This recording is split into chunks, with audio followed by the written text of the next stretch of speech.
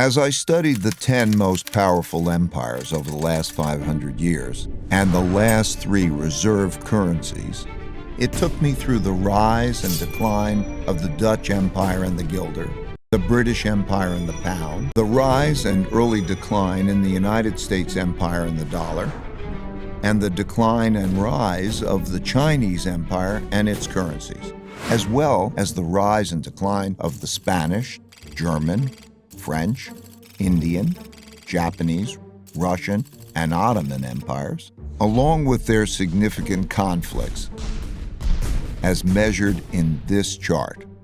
To understand China's patterns better, I also studied the rise and fall of Chinese dynasties and their monies back to the year 600. Because looking at all these measures at once can be confusing, I'll focus on the 4 most important ones: the Dutch, British, US, and Chinese.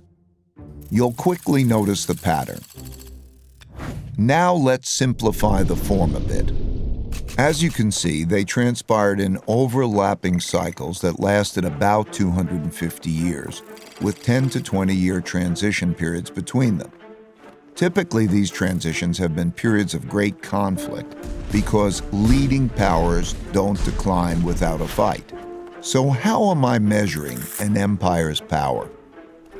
In this study, I used 8 metrics. Each country's measure of total power is derived by averaging them together. They are education, inventiveness and technology development, competitiveness in global markets, economic output, share of world trade, military strength, the power of their financial center for capital markets, and the strength of their currency as a reserve currency. Because these powers are measurable, we can see how strong each country is now, was in the past, and whether they're rising or declining. By examining the sequences from many countries, we can see how a typical cycle transpires. And because the wiggles can be confusing, we can simplify it a bit to focus on the pattern of cause-effect relationships that drive the rise and decline of a typical empire. As you can see, better education typically leads to increased innovation and technology development, and with a lag, the establishment of the currency as a reserve currency. You can also see that these forces then declined in a similar order, reinforcing each other's decline. Let's now look at the typical sequence of events going on inside a country that produces these rises and declines. In a nutshell, the big cycle typically begins after a major conflict, often a war, establishes the new leading power and the new world order. Because no one wants to challenge this power, a period of peace and prosperity typically follows. As people get used to this peace and prosperity, they increasingly bet on it continuing.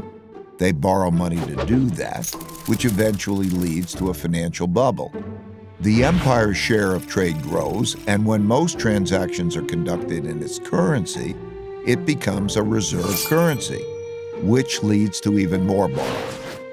At the same time, this increased prosperity distributes wealth unevenly, so the wealth gap typically grows between the rich haves and the poor have-nots. Eventually, the financial bubble bursts, which leads to the printing of money and increased internal conflict between the rich and the poor, which leads to some form of revolution to redistribute wealth. This can happen peacefully or as a civil war. While the empire struggles with this internal conflict, its power diminishes relative to external rival powers on the rise.